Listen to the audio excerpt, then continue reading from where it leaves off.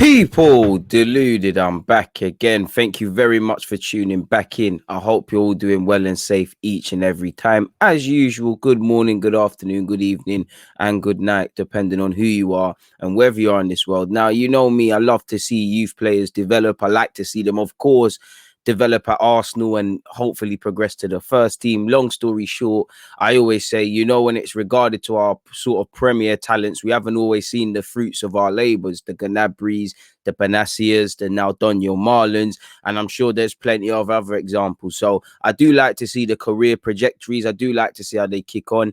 I do like to watch them develop because I really care about these young players, and because you always learn something. Some players you didn't think much of going to have good careers. Certain players you thought it would be plain sailing, had wobbles. Obviously, there's injuries and the way these players react to them, dealing with expectations, all of these sort of things. The one thing I would say is that people really underestimate just how hard it is to have a career at a top club and things like that.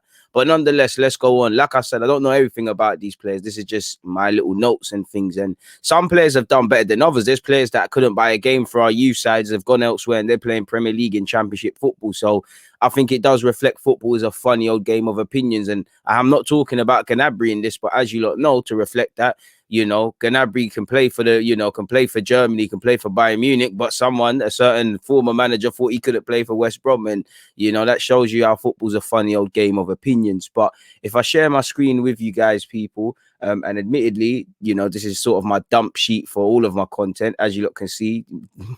Aubameyang, that's got that to do with this. Sorry, people. But let's start with Nathan Tella. Now, he's currently at Southampton.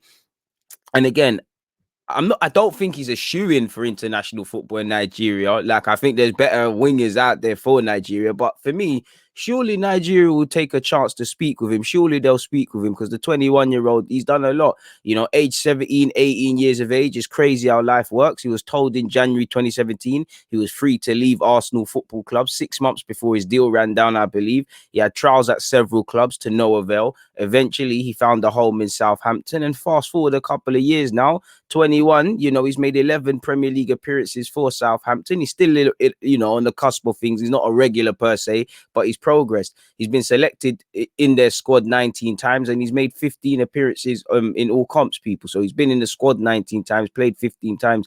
And I'm sure you all remember, like João Virginia, in a former Arsenal player, played in goal against Everton. Nathan Tella earlier in the season got a bit of praise for how he played against Manchester City. So he's developing well. I don't know their plans long term for what they want to do with him, but I do know is that's quite some progress. You couldn't buy a game for Arsenal's second string side. Somebody said to release you, and you're doing what you need to do, people. So big up Nathan Tella, and that shows you football's a game of opinions. You know, Arsenal don't think he's good. Southampton thought he was levels, so he's playing Premier League football right now.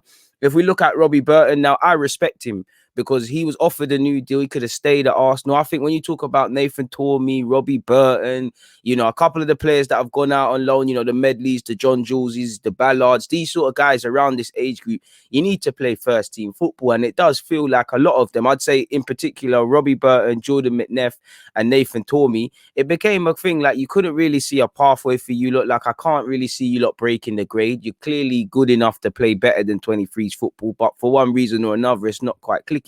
Now, Robbie Burton's been here from 5-6 years of age, so it must have been with a heavy heart at 20-odd years of age to leave. You know, he's gone from being a child to a teenager, a boy, and then he's ultimately become a man and a professional footballer with Arsenal. And I'm sure he would have loved to have made his debut. But again, he made a big move out there to Croatia and Dynamo Zagreb, leaving us. We got 800,000 for him, fair play.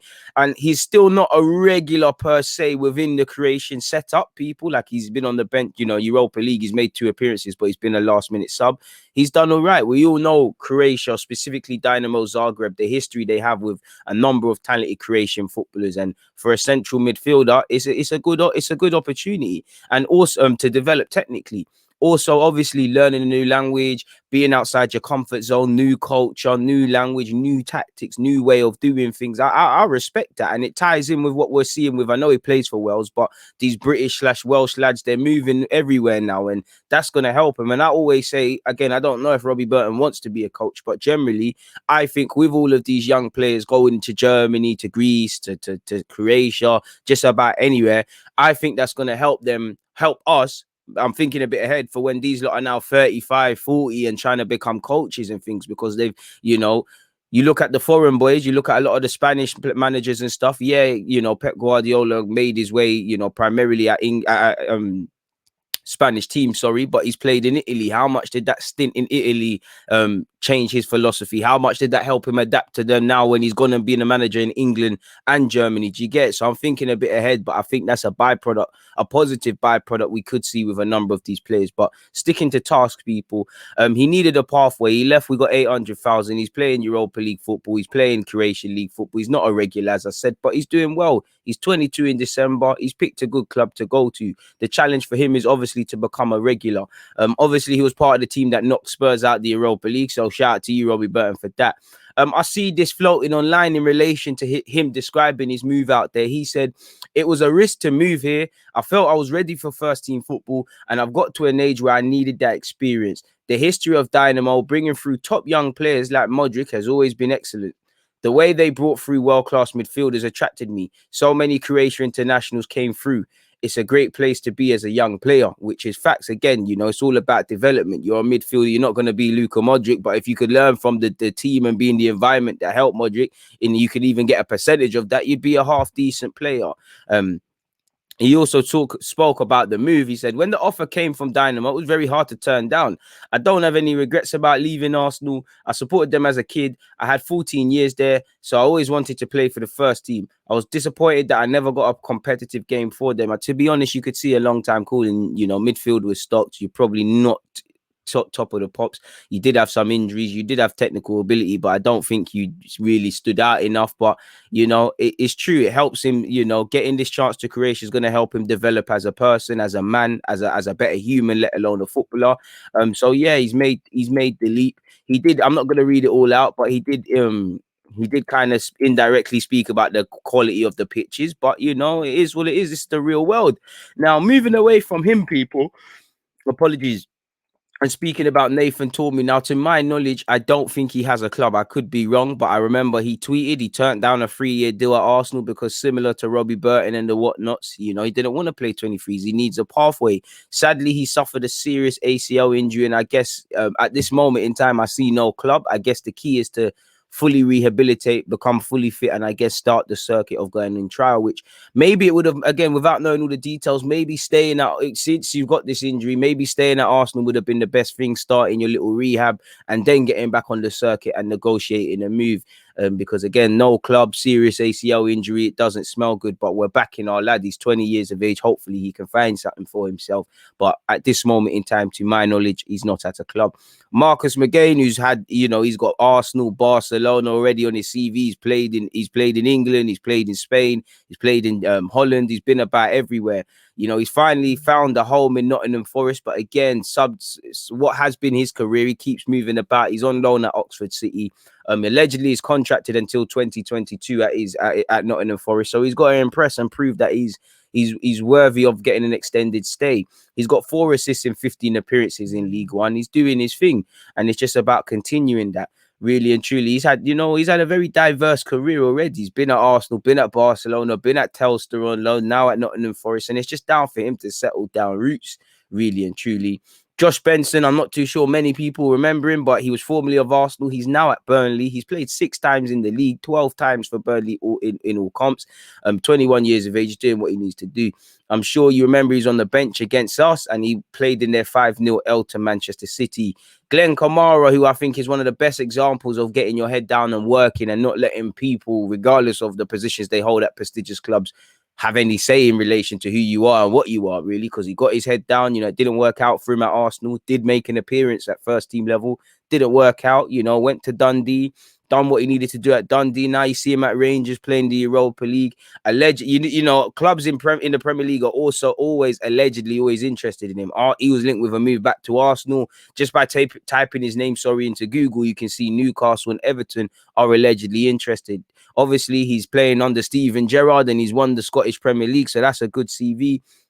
He's made 28 appearances. He's played in the Europa League. Sadly, we all saw the racist incident as well, which involved him. So Glenn Kamara is doing quite well. keeping up the theme with central midfielders, people. Charlie Gilmour, as you lot know, he made an appearance in the Europa League.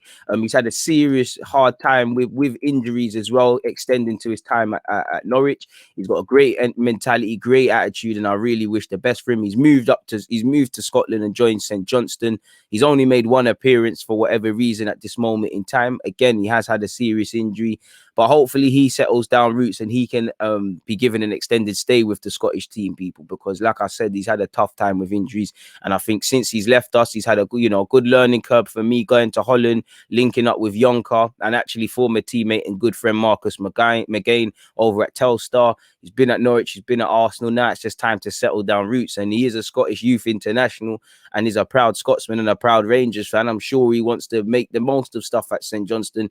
And we're all rooting for him to eventually end up at Celtic or Rangers as well, like Glenn Kamara with Rangers. So shout out to him.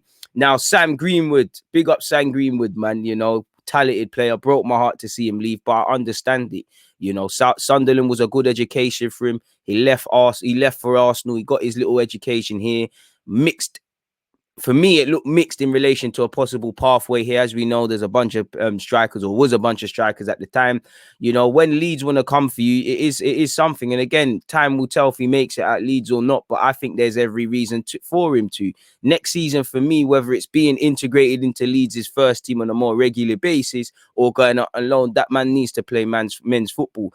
I would even say this is his actual, everyone's forgotten, but this is his first actual year at 23s level consistently, because his last campaign at Arsenal, he's getting look-ins, but he wasn't really a regular for all his ability. He's taken to it like a duck out of water, and he's won player of the month respectively at this level previously. He scored a hat-trick against Sunderland, I'm sure. He's been scoring some world-class finishes. He's had a couple of injuries as well, but he scored some world-class finishes. We know he's a very good player. He can hit a free kick. He can do all of that, man. Greenwood's going from strength to strength. Bielsa rates him highly and deservedly so. He made his debut in the FA Cup against Crowley, I believe. I could be wrong, but I'm pretty sure. The 19-year-old's got everything going for him. There was interest in him from championship clubs. Bielsa said no, apparently. Bielsa, he basically manages two teams in that. He's got the 23s and the first team of sorts. I think it's all set up for him, man. I think he's all set up for Greenwood. I think, he looks a lot more, since he's been playing 23s, he looks even a lot more physically built, and he's got it all, in my opinion. And again, I don't know for potential and all of these things, but what I do know is he's too good for 23s level. He needs to play men's football next year, and the talent is there, and it's an L for Arsenal, but I do think Leeds are either going to make a handsome profit on him, having paid 1.5 million, and for his England international teammate 700k for Joel Gelhardt as well, or he's going to be a first team, and now back him to make it at Leeds in their first team if provided chances.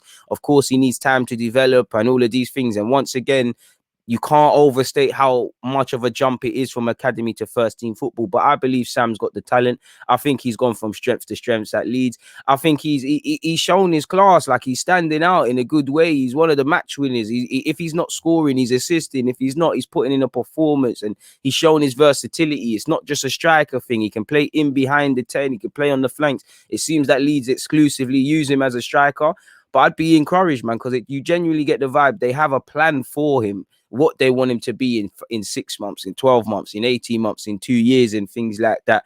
He's a very good player, and I'm a big fan of Sam Greenwood, and I'm proud to see his development. And like I said, for me, next season he needs to play first team football, really, somewhere, wherever that might be. So yeah, another one that's doing me proud is Yunus Musah. Now, to be fair, Arsenal have been letting a lot of young players go, and it has been frustrating.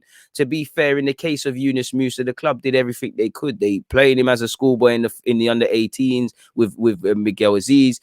He went Dallas Cup as well. They're doing all they could, but Valencia gave him an opportunity, and you can't blame him. I think his potential is similar to Saka's, in that I think he would have been a first team footballer sooner rather than later at Arsenal, and it would have happened. But shoulda, woulda, coulda is not facts. Valencia clearly provided him with a clear pathway, a clear plan, and he's going from strength to strength, really. He was playing, as a first year, he's playing for their B team and things. And there were times he did struggle. Let's not get it twisted. I remember a game in the youth league against Chelsea. He looked out of his depth, but there was a plan. And, I think Valencia got a couple of good players. They got that Condradi guy as well. They got Blanco as well, or Barco, the guy that Barca want.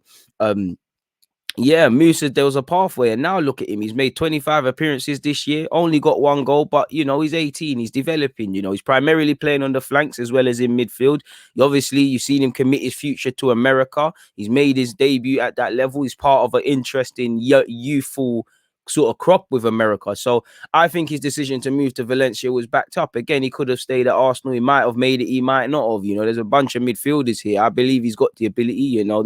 We're talking about Maitland-Niles and Joe Willock and these sort of players when this guy's here, but it is what it is. His move has been vindicated. And, as I think it's a pretty interesting career he's had. He's born in America, plays for America, lived in Italy, lived in Spain, lived in England, very diverse. And again, it kind of follows on what I was saying earlier about, again, who knows? He's 18. I don't know if he's going to be a coach, but these lot that are moving to all of these different countries and living in different countries, how much is that going to help him?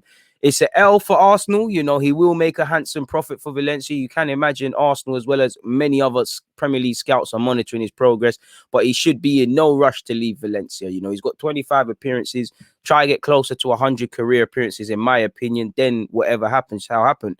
But he's been linked with Liverpool, for example. And for me, between him and Jude Bellingham, Arsenal have to start a project, bring one of them back to England eventually one day, but probably dream chasing. Now, another man that's been linked with Liverpool is Donyell Malen. Now, for me, how you keep Donyell Malen and let sell Donyell Malen and keep Eddie Nketiah, I don't know. We all know he didn't get much of a chance. It's a shame that he's become a sort of, he's doing his thing at Holland international level. You've seen him score goals. He's scoring goals in his homeland. Before they went out, he was doing his thing in the Europa League as well with PSV. He's become a gunman. He's become, one of Europe's most potential sort of strikers, whether he hits it or not. And Arsenal didn't really see the fruits of his labour. He did have a big injury last year, if I'm pretty sure, but this year he's bounced back, man. 15 goals, 6 assists in 26 appearances, people. So that's he's got 23 goals in all comps, I believe. In terms of all overall appearances for PSV, in 110 he's got 51 goals and 22 assists. Now, certain people will say you've got to apply a Dutch league discount, which is fair enough, but I think he's shown his versatility. He can play on the left, play on the right, play through the middle. He's been linked with Liverpool, who have said they want a striker with that sort of stuff. He's been linked with Borussia Dortmund. Don't quite think he's the replacement for Haaland, but he could be a decent one. He's a good player. 5 of his goals have come in the Europa League. I was quite annoyed that Donyell Malen is left. Like, I find it very frustrating when this club has, Gnabry, Josh Dasilva, Ismael Bennacer, Donyell Malen, these sort of Musah, with the exception of Musah, to be fair, these sort of guys are leaving the club.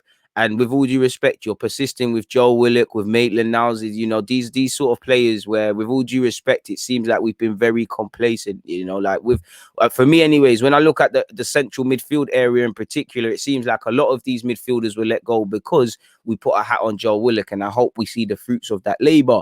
So yeah, Marlon's going from strength to strength. Arsenal aren't seeing any big money from that though. Another one that hurts me, Ismael Bennacer. Like, the man can do it all, man. He can, I still think his passing can improve on a more consistent basis, and that he's got it. But sometimes he needs to, I think he can put his teammates under pressure. But I think he's got a good passing range. He's got a good engine. He can play a number of midfield roles. He's left-footed. He would have been a great partner for Thomas Partey. He's very dynamic. He's done what he needed to do since leaving for Italy. Empoli made his 77 appearances, then moved to AC Milan, and he's doing what he needs to do now. I think he's won AFCON, if I remember correctly, since switching to play for his heritage in Algeria. He's been linked with Manchester City and PSG as well. I think he's got it all, and I think he's going to get a big move soon. And I think that's one. Everybody's annoyed about every young player. Like, again, there's been some players people have moaned about leaving and they've struggled. I believe Bennacer is definitely, I'd say Bennacer, Marlon, Musah, they're ones that should have been allowed to stay and whatnot, but it is what it is. He's developing well. Again, he's doing his thing at AC Milan. Jeff Reine-Adelaide. Now, when I look at him, I don't think he's matured enough on the field, off the field. I think on the field, he hasn't matured enough with the level of consistency he's displaying. Sometimes the decision-making hasn't been great. Like, I'm pretty sure a couple of times you saw during his time with Lyon, there was a notorious game. I did a video on it. where he could have squared it, he didn't square it, and I'm sure he took a penalty against the team's wishes and missed. So he's had a bit of poor decision making. We all know he threw his toys out the pram when he said he wanted to leave Lyon. He had a failed move to Hertha Berlin and Rennes, and then he eventually joined Nice. He did have good times at Lyon, you know, he did. He played well in the Champions League against City. He did show his quality, you know. At times he looked like he had to, the only way to get into the team was playing off the flanks, which again might not be the best balance for the team. He did seem to annoy the higher powers at Lyon, in Olas and Juninho at the time with some of his conduct and things like that. So yeah, man, I don't think he's shown maturity enough on the field in terms of his decision making, his consistency, or off it. That being said, he has still shown his quality. You know, he did. You know, he got the move to Lyon off the back of a good campaign with France's under-21s. He's actually done all right at Nice since he's gone to Nice, in my opinion, because I've been watching Saliba. You know, they're a team of wonder kids / once wonder kids / borderline failed wonder kids. And I think Jeff Reine-Adelaide done a lot. He captained them on occasion. You know, he can play. You know, he's shown that he can play. We all know he's got passing range. He can dribble. He's a technical good footballer. It's just there's more to it than that. Sadly, when you look at Arsenal young players or players that have been at Arsenal, you can't get away without speaking about injuries. And he's out now after suffering another big ACL injury. You know, he's had 2 in the space of a year or so, people, at Lyon and now Nice, and that's going to keep him out for a significant time. And, you know, he's still young enough to bounce back. He's clearly strong mentally, but these things do eat away at you. So he has shown little bits and pieces of his potential, but I don't think he's quite a dramatically better player than some of these players who have left. Like I said, at 23 years of age, the talent is still there, but I just don't think he's gone up the levels as much as I projected and many people projected. I don't quite think there needs to be some sort of decision on his position as well. But since playing for Angers, Lyon, and Nice, he has shown it, people. But I think he needs to settle down, because that's 3 moves. Fair enough, one was initially on loan, but that's 3 moves in quick succession, people. You know, that tells me that you're kind of borderline impatient. You need to settle down roots. At 23, it's a bit too volatile. So it is what it is. Apologies for the spelling mistake there. But as you lot know, Stephy Mavididi, 22 years of age.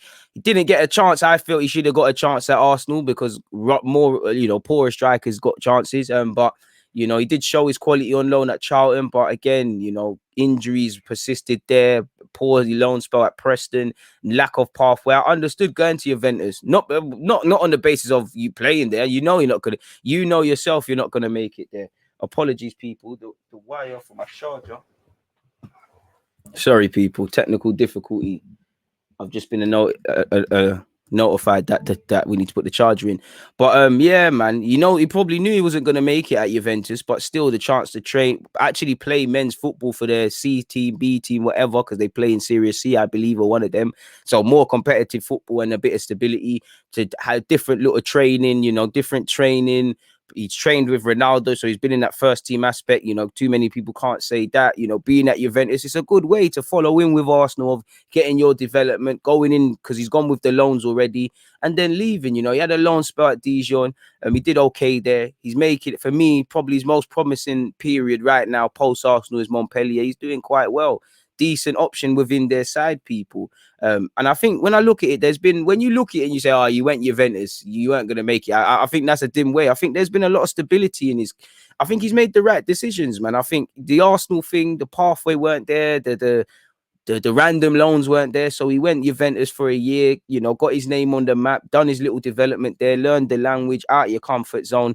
And he's gone to, you know, France, and he's doing his thing. And I do believe he's of Congolese descent. So again, I imagine his level of French must be half decent, if not better. So helping him adapt and getting to understand his teammates and things is doing all right. I wouldn't say he's been as prolific as he has been at youth level at Arsenal, but he's got 8 goals this season from 27 appearances, you know, and his best games, in my opinion, he bagged a brace against Rennes, he scored against St Etienne, he decent little finish, little instincts against Lens.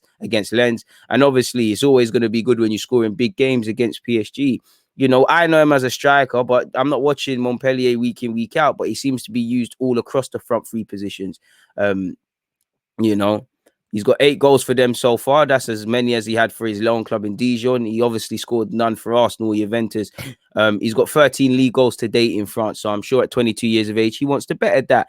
Now, if we look at Akpom again, you know, with Akpom, Mavididi and Ketia, maybe Balogun in time to come, replicating that gunman form and scoring goals for fun at youth level doesn't always correlate, people. And Akpom, you know, he had a good time at Pacau since leaving Arsenal. That's probably his best period. I think he's played Champions League football with them or played in Europe. He's won a league title. He's probably his most prolific in terms of goals as well, because he got 18 goals and 10 assists in 79 apps.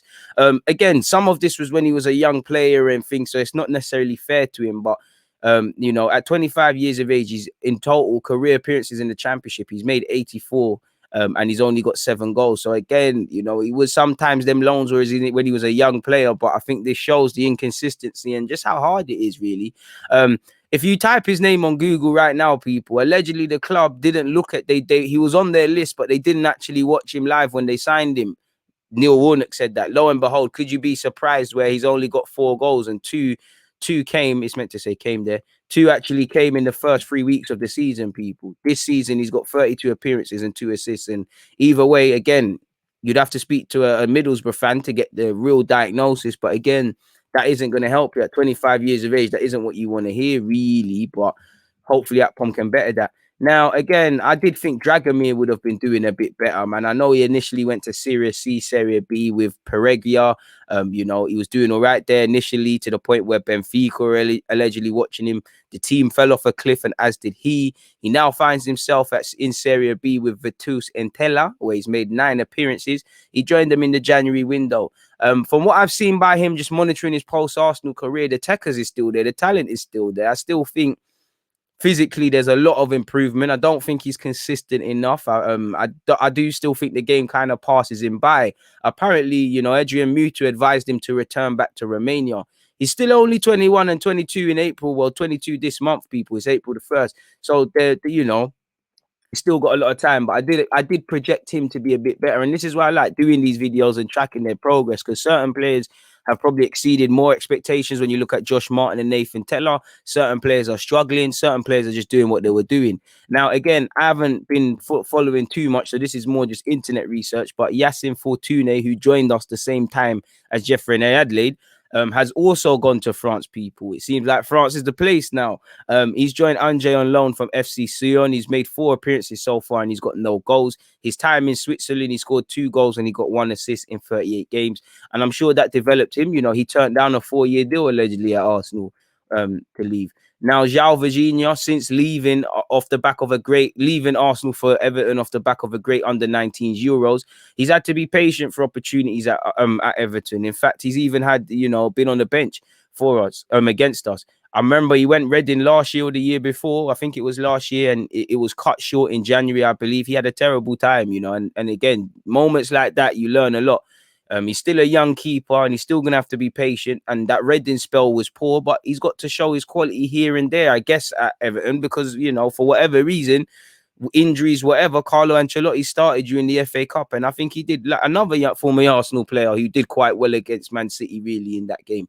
So he's still developing. He's still only made 3 appearances for Everton, but he's closer to their first team than he was at the time at Arsenal. So I guess the move is kind of backed up. Now, Josh Dasilva, for me personally, you know, it should have been him and not Joe Willock within this first team. And like I've said here, for me, it's short and sweet. You know, he did get sent off against Spurs, rather unfortunately, but I still think there's a lot of development to be done. He can be a bit more consistent, a bit more sharp. I'll grab the game a bit more consistently.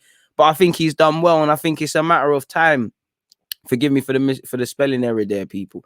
I think it's a matter of time before he gets a Premier League move. Again, Brentford are happy to sell, but with Brentford, like they've shown or gonna show with Tony, like they've showed with Ben Rama, like they've shown with Watkins, you've got to pay top dollar. I think the move will happen. He does need to do a bit more over 90 minutes, but he's done all right. And this year, 5 goals, 4 assists in 30 games. And I love him in midfield. He's got the technical quality. He's brave. You know, he works hard for the team. I think his move was backed up because, again, there was no clear pathway at the time. I'm sure he would have stayed at Arsenal, but he's joined Brentford where there's a development path. Now, Dan Crowley, again, somebody who was billed as the next this, that, and the third. it doesn't feel that it consistently stays well for him, because again, he had a tough time going to Holland, and had a loan spell there even, and again, eventually at William, he settled down roots. He moved to Birmingham, which he used to play for Villa. He knows the area quite well. Obviously, he's from Coventry, which is also in the Midlands, so it was designed to be well. Played for a couple of years at Brom, and something's gone on there, because now he finds himself at Hull after really not making any real appearances for Birmingham City. So he finds himself at Hull now on loan. And again, it's down to him to see what he could do, people. It seemed like he would join, when he joined Birmingham, for me, he would have been there for at least 2-3 years. And it looked like he really settled down roots. And that would be the place for stability for him, where he could move on to the Premier League. But it is where it is in that regards, and where he's concerned, people. Away from that, though, Christian Bielik, again, it's taking him a while, but he was eventually showing that real quality for Derby. I think he was playing the best form of his young career so far. Sadly, like with a lot of these players, as you could see, cut short. The season's done for him with an injury. It's another big injury, another ACL problem in the second time of a year. These things take a lot out of you physically. They take a lot out of you mentally, especially a young man like him. You finally get a bit of luck, and now you must be thinking, why is me? But from what I remember, he's very strong mentally, so I think he'll be back. He was playing quite well, man, and he's a big blow to Wayne Rooney's side. He was doing his thing and really showing that sort of form to show why he left his homeland for Arsenal in the first place. Prior to the injury, of course, he was playing very well. I think had he stayed fit, I think there would have been Premier League interest. Now, you look at Chris Willock, people, 23 years of age. He's been at a couple of clubs temporarily and permanently. I think he's been through a lot of trials and tribulations in his career. The pathway at Arsenal weren't there. Went to Benfica for whatever reason. It didn't happen. Loan at West Bromwich Albion. Another Arsenal young player who's been on loan at West Bromwich Albion at a point, and it didn't work out. Might tell you everything, but shout out Maitland-Niles. But yeah, it ain't really worked. I think with Chris, I think he had the technical ability. I just think it just needed to be shown more consistently, and then probably develop a lot more physically and stuff. He had a good loan spell last season, as you saw, when Smith Rowe was at Huddersfield with him up there in Yorkshire. He's currently at QPR, and he's doing all right. I wouldn't say he's setting the world alight. There's a lot more to come, and even his manager has said such. He said, Chris is a very talented player. He just needs, and he won't mind me saying this, to have that mindset of how he can impact games rather than be on the periphery. When he does that and gets in the game, he's a very talented ball player. Physically, he's quick and powerful as well. I think there's a lot more to come from Chris, and tonight I was delighted with his contribution. It was also the first time that he's played 90 plus minutes for a long time. So again, the challenge for Chris is to be not just be well in little 10 and 5 minute flashes, dominate the game in your own little way over 90 minutes, like your manager has said. And it was rewarded, because it was the first time he played 80 plus minutes in a while. Now, Josh Martin, like Nathan Tella, could not buy a game at Norwich, for Arsenal's youth team. He's gone to Norwich, and I won't say he's a regular of sorts while he has had some injuries, but he's made 9 appearances in the champs, and he's got 2 goals. I think he's made 14 appearances in total, people, since joining them in 2019. So at 19 years of age, it seems that he's found the right home. And again, football is a funny old game of opinions. When you look at Amichi, again, maybe it would have been worth him being patient and staying at Arsenal. I don't know, but it ain't worked out for him at Hamburg. He was allegedly going to come back to England on loan, based on reports. He's joined, I can't say them, but a German-based team also in the second division. And the challenge for him is just to get first team, people. He's got 5 appearances so far. He's been in and out of the loan clubs so far, of his loan club.